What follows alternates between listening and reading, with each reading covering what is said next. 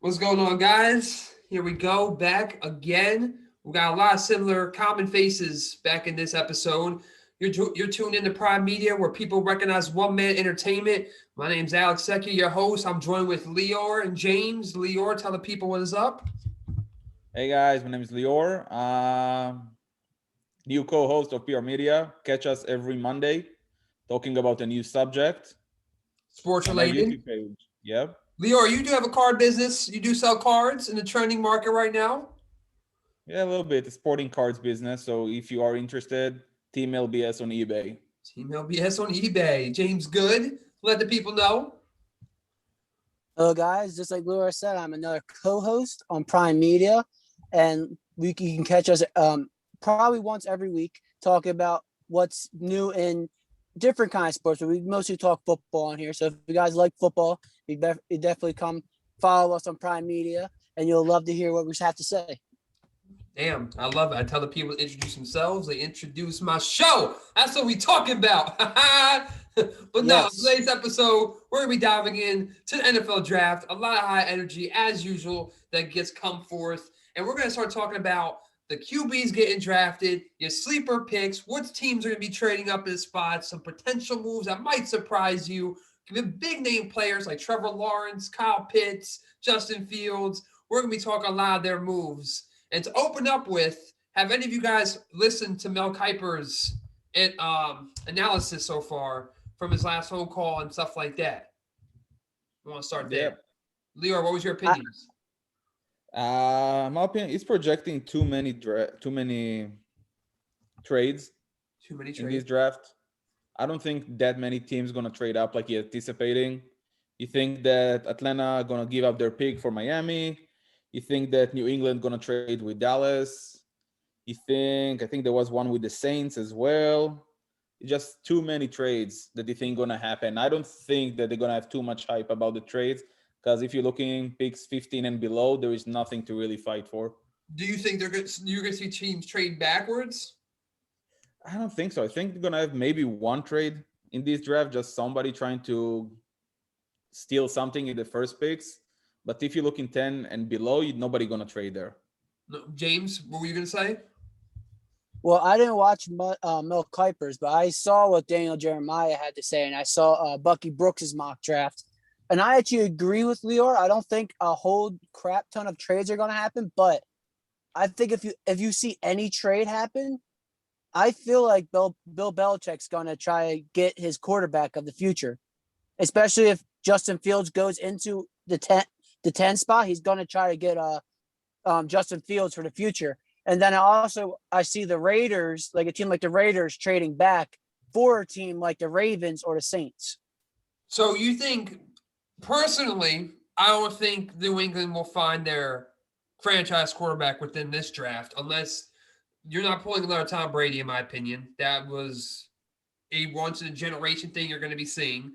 I don't think they would really find, in my opinion. I'm gonna give that question to Lior about that one. Lior, how do you feel about New England trading up for a potential quarterback after signing Cam Newton to a 1-year, $14 million deal to try and get No, a the one, franchise? yeah, the 1 year contract doesn't mean anything.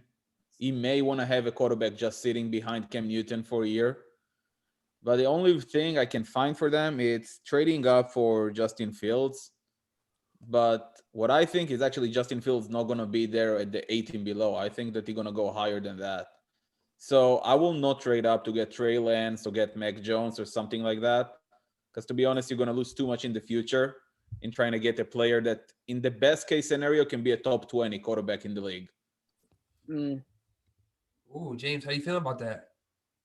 Well, I do agree. I think Trey Lance is better than Justin Fields. I think he has a better projection. Trey Lance, I think he's a good body, good arm talent, just like Justin Fields. But I always like to see how the players out of the big schools play when they have worse players around them. Not the top prospects around the country. They have players that are not so good. So it matters how Justin Fields plays in that respect. So I think Trey Lance is better because he plays with not as good players. And when you see him do it at that kind of level. I think that's a good point to make too, because a lot of times that's what you want to see out of your quarterback, right? Even though you're let's say you draft a quarterback who's destined to be your franchise or looks to be a franchise guy. That's why you're taking him at the spot you take him, right? And you see he doesn't have the best situation around him. You still want to gauge and see if he can lift his troops up to the battle, no matter who they're facing, and see if he can still get those wins on himself without having a team around him. For example, case in point, Sam Darnold with New York. Granted, last year didn't have the best coach at all for his situation, but he didn't show spurts that he could still win on his own without having a team and rally his troops and be a vocal leader. Right now, he's traded to Carolina. So to go back to what you were saying, I'm gonna grab your opinions. We're gonna start with James since you kind of sparked this one. When the Jets don't have the best offensive weaponry around surrounding a few, my bad, a young quarterback coming in, how do you feel about the Jets drafting any of the two potential quarterbacks? Well, now it's one potential quarterback they're looking at to come into their system, based on what you just said. I still think, I know they don't have a lot of talent. That offensive line is completely bad. They have a really defensive-minded coach. They've had a lot of bad years with Adam Gase. They had a lot of bad years with Adam Gase, but they now have a good general manager in Douglas, and they have a great defensive-minded coach, and their defense is pretty good. So I do think that he will get the quarterback of the future. But they have some picks in this year's draft. That's why I think they're going to trade up again with another team to try to get back into the first round, to get a quarterback at the second pick, and then get a either offensive lineman or another wide receiver. Lior? If we're talking about the Jets, I think they were stupid getting rid of Sam Darnold. I saw an image on Facebook the other day. Joe Burrow is 24 years old. Sam Darnold is still 23. Yeah. Sam Darnold, with 2 years in the league, is still 23. There was still a ton of potential in there. Like, even if you're going to put Patrick Mahomes under Adam Gase, he's still going to suck. So I think Sam Darnold was a good quarterback. I think even if you're going to take Zach Wilson, you're just going to go through the same route that Sam Darnold went. Until you're going to see something from Zach Wilson, it's going to be at least 3 years. So I think they just took a step back in here.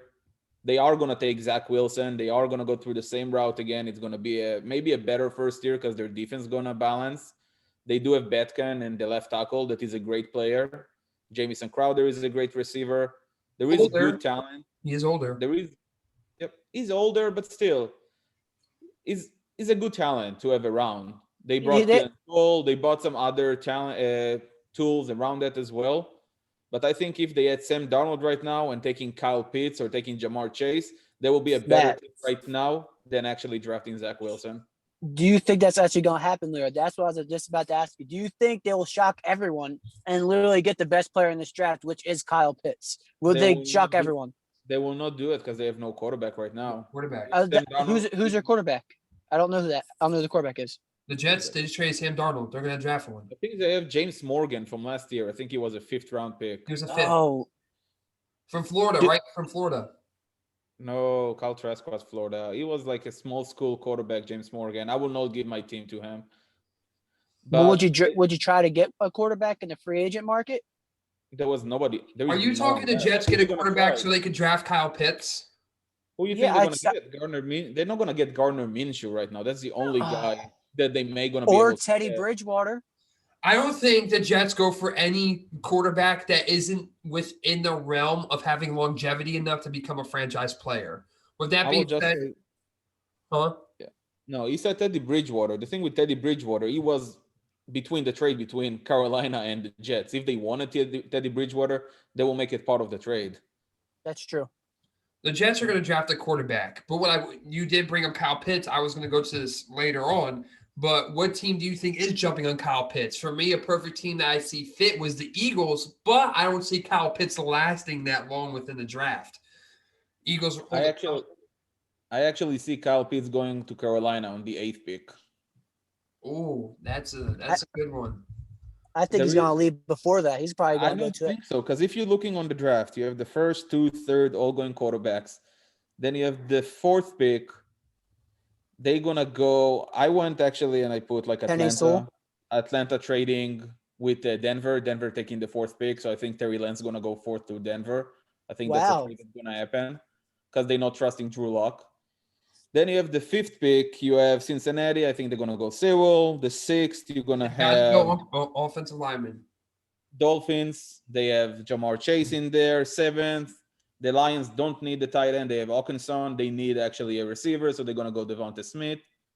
Could they switch that up, do you think? Do you think that the Dolphins could get Kyle Pitts and Jamar Chase to end up going to the Lions? Because the I don't think Dolphins that they- have Parker and everything there. They have a couple good Albert Wilsons there. They have a No, good blocking tight end, but but they have, and then they have Mike Gesicki. Mike Gesicki is a good tight end. yeah, he's also a good blocking tight end. Kyle Pitts is a wide receiver / tight end. So I think if they want to pick wide receiver, I think Kyle Pitts has a higher ceiling than Jamar Chase because he could do everything as a tight end.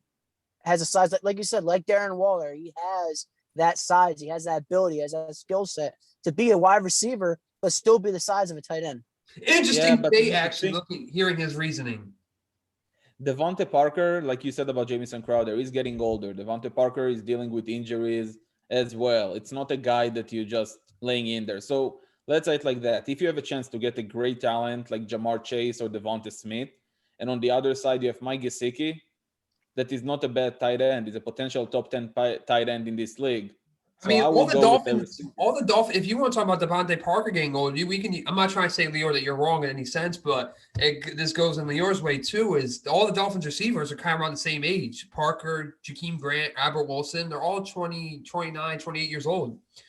So they're all around that same age. Mike Gesicki's at like 24, 25. Yep. Or they Devontae could get Parker is around 28, I think. I think he's on the older side. No, that's what I'm saying. Parker, Wilson, and Albert Wilson, Grant. and Jakeem Grant Sr., they're all like 28, 29 years old. Mike Gesicki is like 24, 25. yeah. And none of them is a touchdown machine. Jamar Chase is a touchdown machine. You need to give Tua something to throw the ball to consistently. Jamar Chase can be that guy. He was that guy in LSU. LSU for Joe Burrow. He's a big guy. He's athletic guy. He have good hands. He can catch the ball. Kyle Pitts can catch the ball too. I think Kyle Pitts is a better player than Jamar Chase. But I don't think they're going to take the step on Kyle Pitts just because they do have Mike Gesicki. I think this draft, they might shock. I think this draft going to shock some people.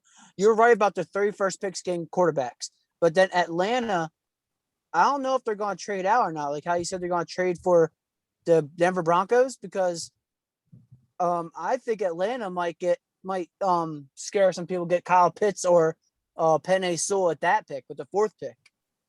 And I then think they can wait for Slater. Yeah, that is right. You can wait for Slater. He's a very good tackle and almost as good as Penei Sewell is. So, If Lior, you get an extra 2nd pick from Denver or get in a 1st round for next year and let Matt Ryan ride another year, I think it's something that Atlanta will consider. Yeah. Lior, with Matt Rule taking on Sam Darnold, reuniting Darnold with his old receiver Robbie Anderson, they have DJ Moore. You say he's drafting Kyle Pitts at the tight end.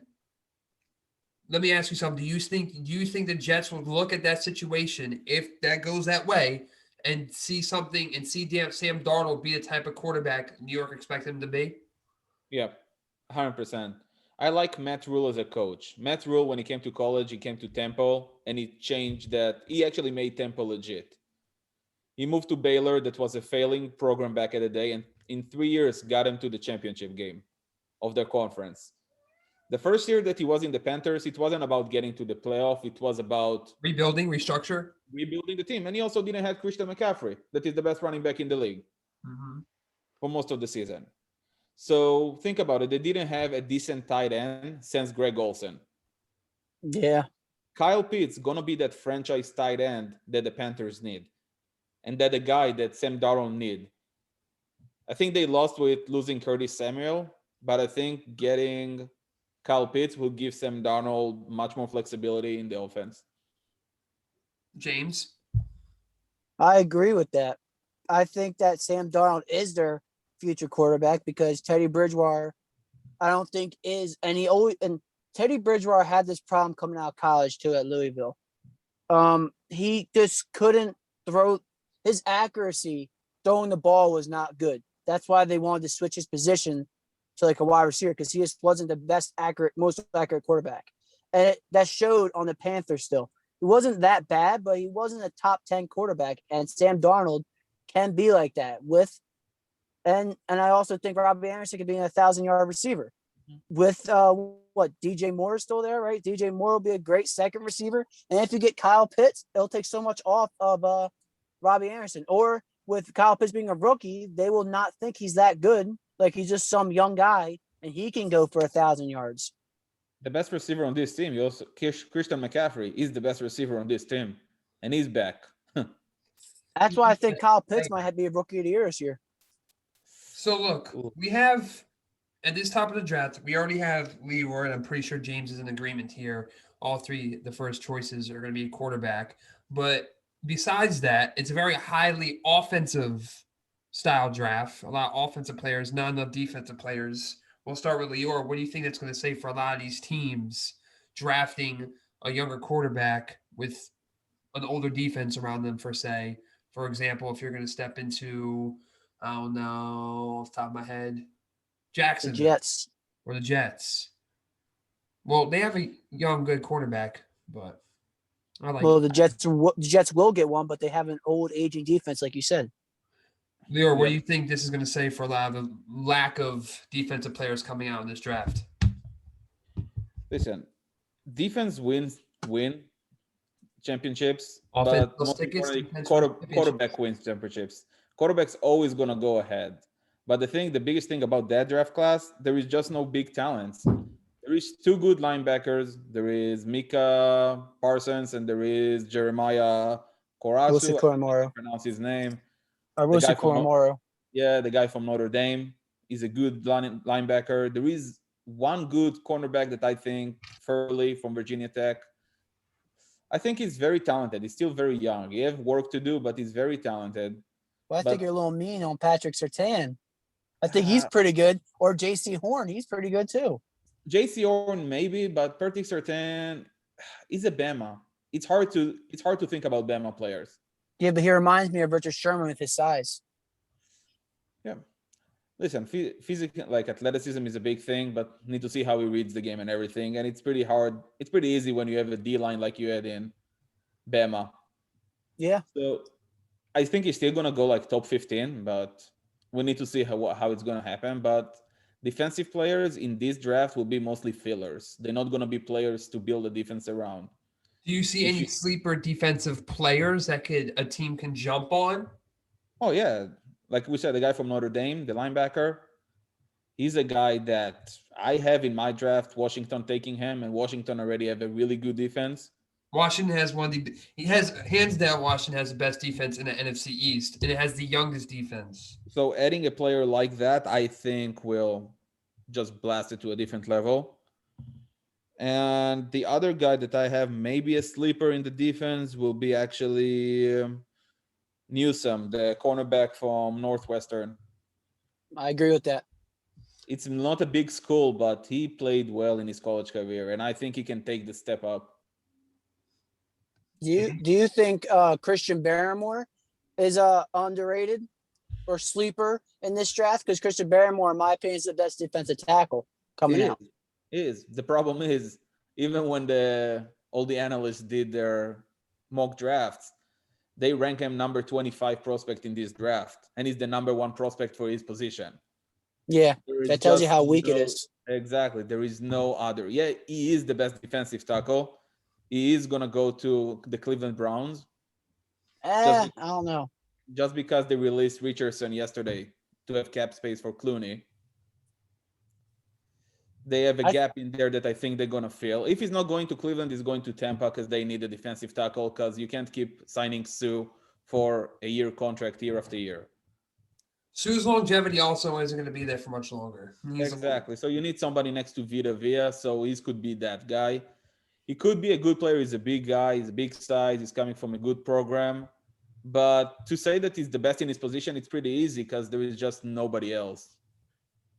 Yeah, because defensive tackles this year's draft is really bad. It's not like talking about defensive ends because Gregory Rousseau and Jalen Phillips, right, both from Miami. Those two are the two best defensive linemen in this year's draft. Yeah, but Rousseau had a decent year. He didn't have the first round pick year.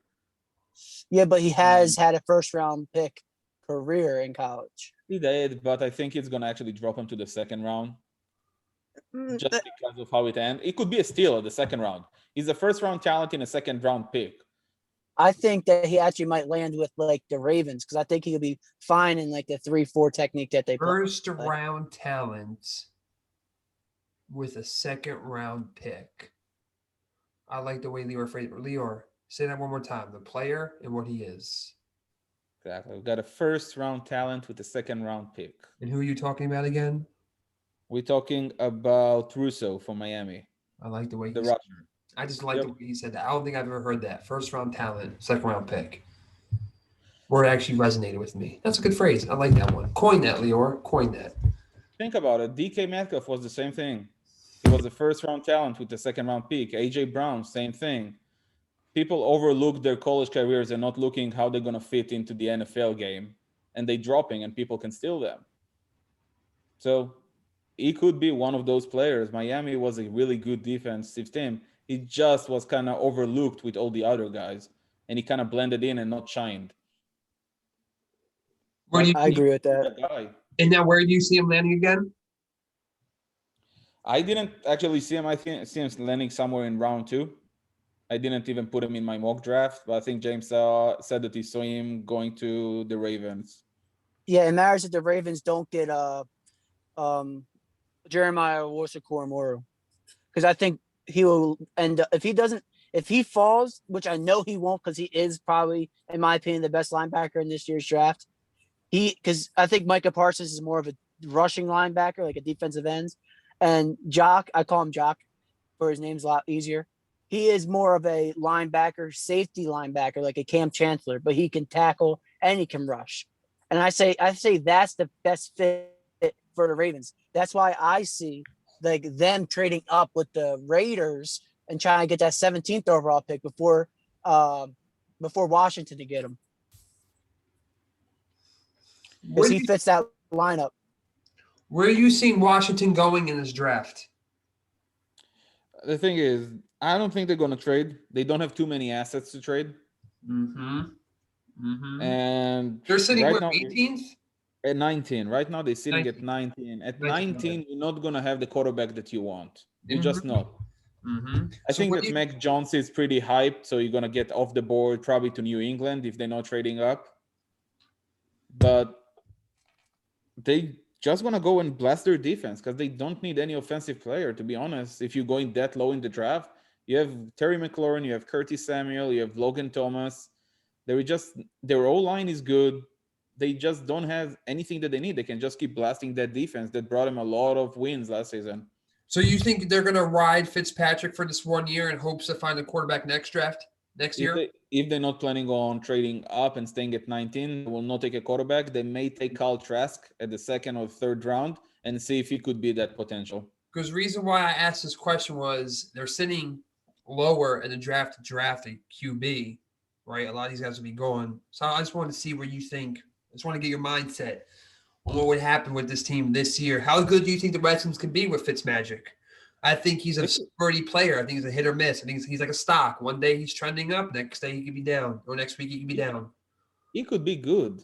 The Dolphins did Fitzmagic dirty last season. He played so well with them last season. He got him. I'm saying the Dolphins with Fitzmagic going the whole season, making the playoffs. Yeah, Tua is not that good. I keep on saying it. Tua is not good. It's looked like from the beginning of the season, they said week 6, no matter what we're doing, even if we're 6-0, Tua is getting in. So that was the plan. Fitzpatrick was the adult on that team. He knew what his role was. He knew that he's not going to be there forever. But right. I think him taking the contract in Washington, he kind of know that the team is building on him for the first year. They're probably going to take somebody in the draft so he can teach him. But there is nobody that's going to take the work from him on the first year. So to not really counter what you said, but looking at where Fitzpatrick was previous years before going there, Tampa Bay, New York Jets, his consistency, very, very spotty. I'm not trying to say my question more to asking you is, do you think it's going to be a wasted year for the Redskins or football team? No, because you don't have anybody else. Even if you're trading up and you're taking Trey Lance, I don't think the Trey Lance on the first year can do better than Fitzmagic. They're not going to do that anyway. You're right. They're not going to trade up. I actually see them. The quarterback I actually see him getting is not Kyle Trask. I actually could see him getting the Notre Dame quarterback Brock or Brooke, how you say his name, in like the third. Ian Brook in the third round or fourth round, because every analyst says that he's not the best quarterback, but he has decent arm strength, decent accuracy. He can run with the ball. And they say he's the smartest quarterback in this year's draft. So he loves to learn, and he's a great leader, and he's a great teacher on the field. So I think behind Fitzmagic, who is also a very good teacher too, I think Brooke will be a fantastic Redskin in the years to come, because he has also the size. He's like 6'2", 6'3", and like 215 of like, and has huge arms. Like, he's good. So with this being said, and we covering that aspect, winners and losers of the draft. Well, 3 from each of you. Lior, your 3 biggest winners. Your 3, I don't know if it's fair to call them losers because we don't know who's going to draft. I guess it's, what do you think? We won't call it losers. We'll say 3 winners that you see happening and 3 surprises from each of you. We'll start with Lior first. All right, 3 winners. Things that you think are a lock. I think that if San Francisco is going with Fields instead of Mac Jones, that's going to be a big win for them, because It's the West Coast system. Their Niners are loaded athletic offense. Then he got enough protection in there that he can come and perform from day one. And like I said, we talked about it this week. I said that I think whoever going to go to the Niners going to be the rookie of the year. So if Fields going there, I see that he's going to have a decent career, if not a good career in the league. Losers of this draft, to be honest. Losers, we'll say surprises, because I feel like you can only call it a surprises. loser. Let's say something that I don't want to happen, but probably going to happen. It's going to be with my team, the Giants. Mm-hmm. If we're going to stay at the pick that we are and Slater going to be off board, we're going to take that guy, Deriso from Virginia Tech, the O-line. He's a decent guy, but we took Thomas from Georgia last year, and the guy was kind of a bust. And we just keep taking O-line after O-line after O-line every season, and we're going to do the same thing this draft. Do you think they're trying to protect the quarterback that won't be the guy in the future? Could be. You never know. Nobody knew Quentin Nelson going to Indiana going to be that good. In 2 years, he became the best left guard in the league. You don't know what you're going to get from those O-lines. A lot of them making a lot of mistakes and playing too much with the arms and getting a lot of penalties. You don't know what you're getting from an O-line. You buying into a potential. Where would you like to see the Giants go, Lior? You've made some interesting comments before in previous conversations about freeing up cap linebacker, space. Micah Parsons or the guy from Notre Dame. Okay. James, where is your winners and we'll say surprises? We'll say loser. We'll call them losers after the draft when picks are finalized. He said after the draft. I think I have 3 winners. So I think, like Leroy said, if the Panthers can end up getting Kyle Pitts, I think he'll either become, it matters how Sam Darnold plays, but he can become the rookie of the year or in the running for rookie of the year.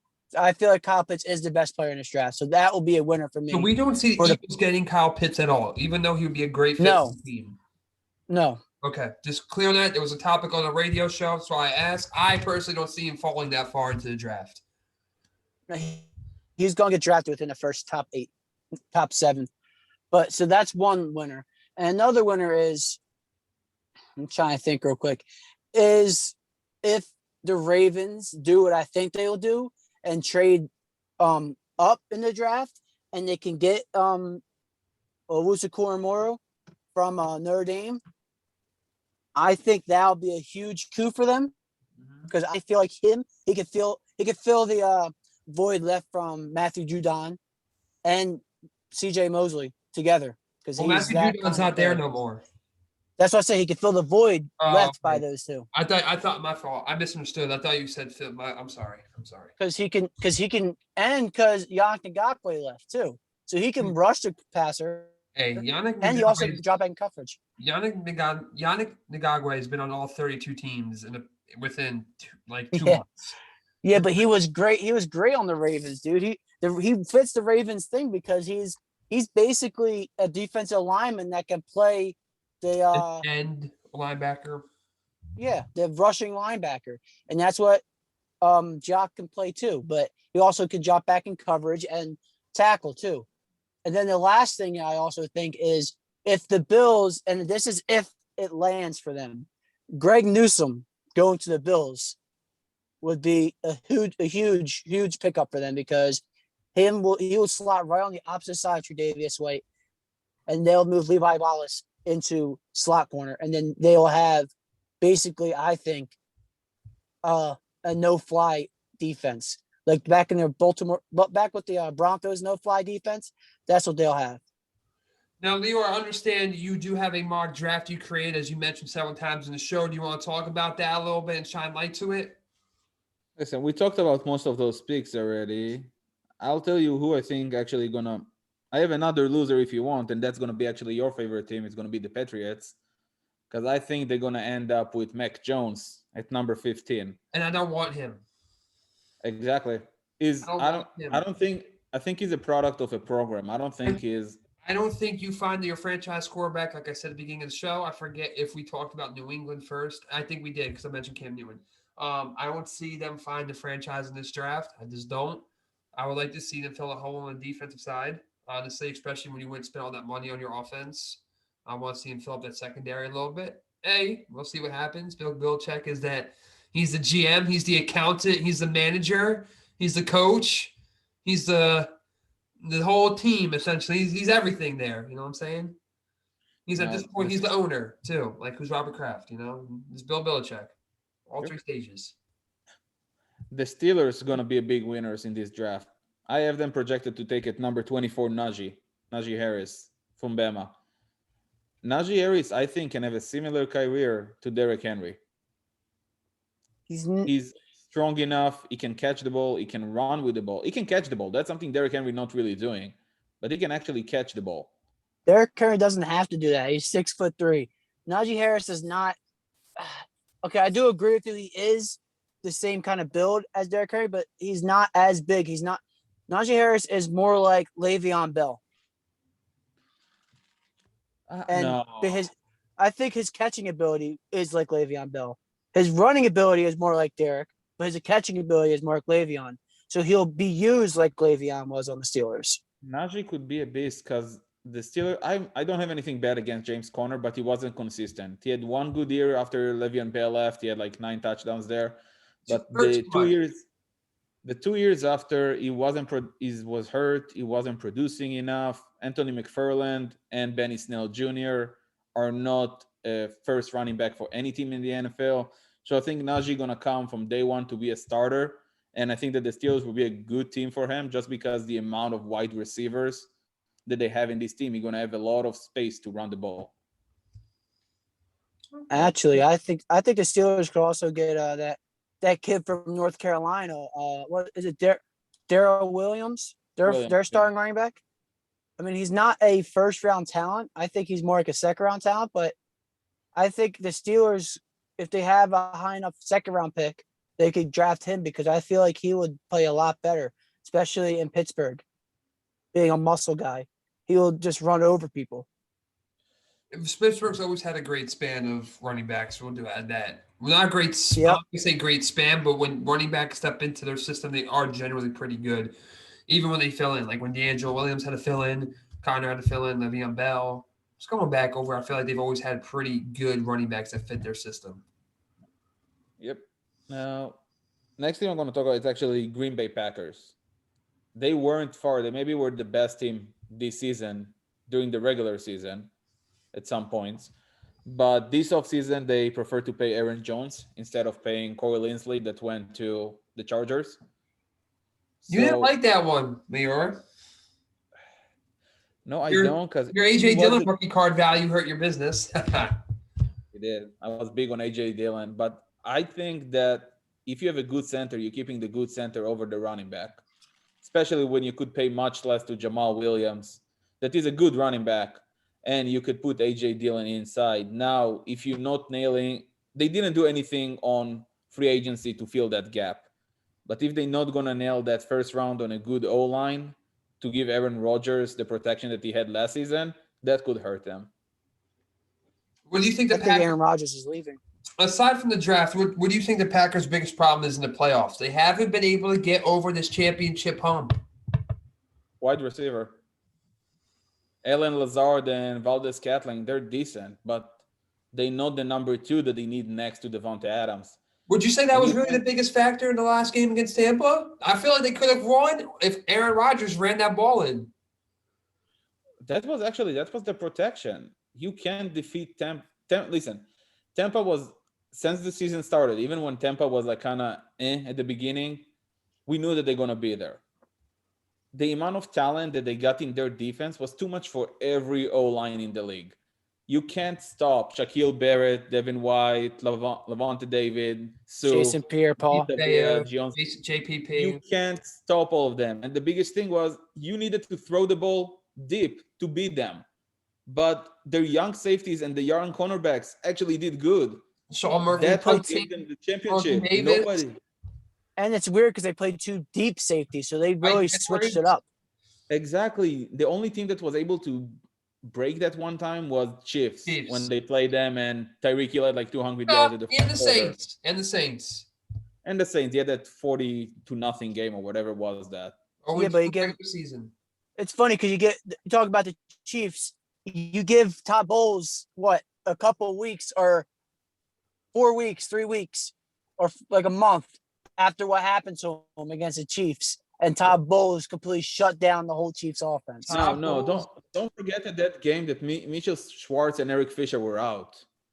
Yeah, but still, that's a good defense performance right there. They destroyed them. And just like Brian Westbrook tweeted out after the game, Todd Bowles for MVP, and it was a question that we covered within the post-game Super Bowl. You can check that out also on our page, Todd Bowles for Super Bowl MVP. It was an interview we got to do with him. Guys, I appreciate you guys so much for going over this draft. We'll be back again in a few weeks after the NFL draft to discuss your winners and losers and how our predictions for the season are going to go. Lior, do you have anything you want to say to the people before we sign out today? No, that's it, guys. Don't forget, we also, even after football, we're getting closer to the NBA playoffs. So we're going to discuss about that soon as well. Coming from my co-host, I think I'm going to look for new co-hosts if they're having crickets after we're trying to sign out the show. James, what do you have to say to the people signing out today? All I got to say is just follow our pages on social media, on YouTube and Instagram, both at Prime Media. And then just listen for us every other week, or like Alex said, after Super Bowl, so we can talk our winners and losers. And also follow Alex and look at all our videos he made about Tampa Bay Bucks, all the interviews he had. I think that's about it. Yeah. We're definitely talking after the draft, not waiting until next Super Bowl. But we know what you meant. Once again, I appreciate everyone for tuning in to Prime Media, where people recognize one-man entertainment. I appreciate Lior and James for joining me on this episode. We'll see you guys again next Monday and every Monday following. Let us know what players, what sports you guys want to talk about, what people you want us to have on that are doing great in their craft, whether they're a high school prospect, a college prospect that you know. We would love to talk about on the platform their story as well. Thank you guys for tuning in. Be sure to like, subscribe, and hit that follow button and share it around.